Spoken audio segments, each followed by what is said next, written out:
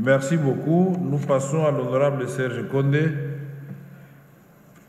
J'espère que dans le cas de la jeunesse, vous allez être bref, comme vos prédécesseurs Zondomio et Fambe. Merci Serge. Merci, honorable président, de la parole m'accorder.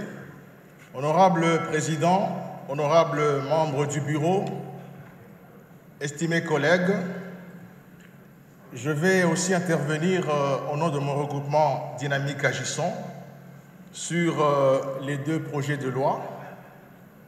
Honorable président, vous allez nous permettre de ne plus revenir sur des chiffres parce que depuis que nous sommes là, nous ne faisons que reprendre les chiffres qui nous ont été transmis par la Cour des comptes.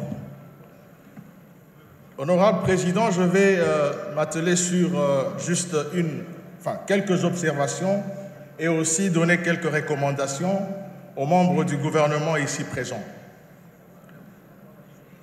Il est vrai que le rapport de la Cour des comptes signale l'existence d'un déficit important dans l'exécution du budget 2023 qui est dû à la faible mobilisation des recettes et à une surconsommation des crédits.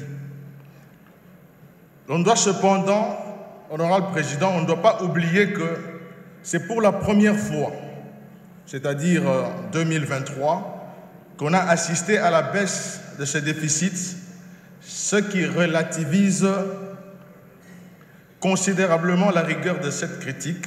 En outre, c'est pour la première fois que depuis au moins une décennie, notre pays atteint un taux d'exécution budgétaire dépassant les traditions 70%, ce qui s'est traduit, entre autres, par une augmentation fulgurante des recettes passant de moins de 5 milliards de dollars en 2022 à plus de 11 milliards en 2023. Je pense que pour cela, on peut applaudir quand même le gouvernement passé.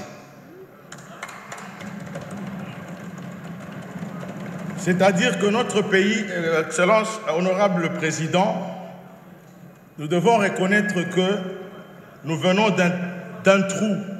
C'est-à-dire que mobiliser 5 milliards en 2022 et 2023, 11 milliards, c'est un grand pas pour notre pays.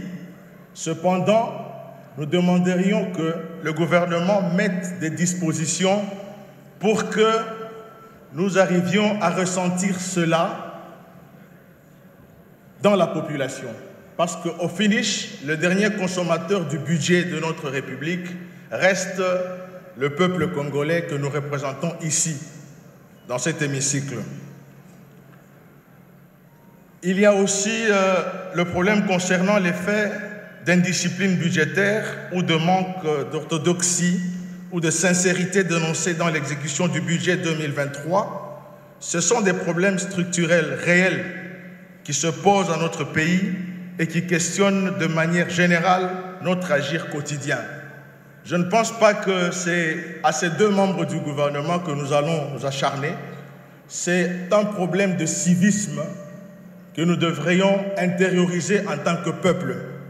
Si aujourd'hui, honorable président, nous sommes ici à attendre que notre pays ne se développe que par l'argent émanant de la chaîne de dépenses, je pense que c'est une erreur.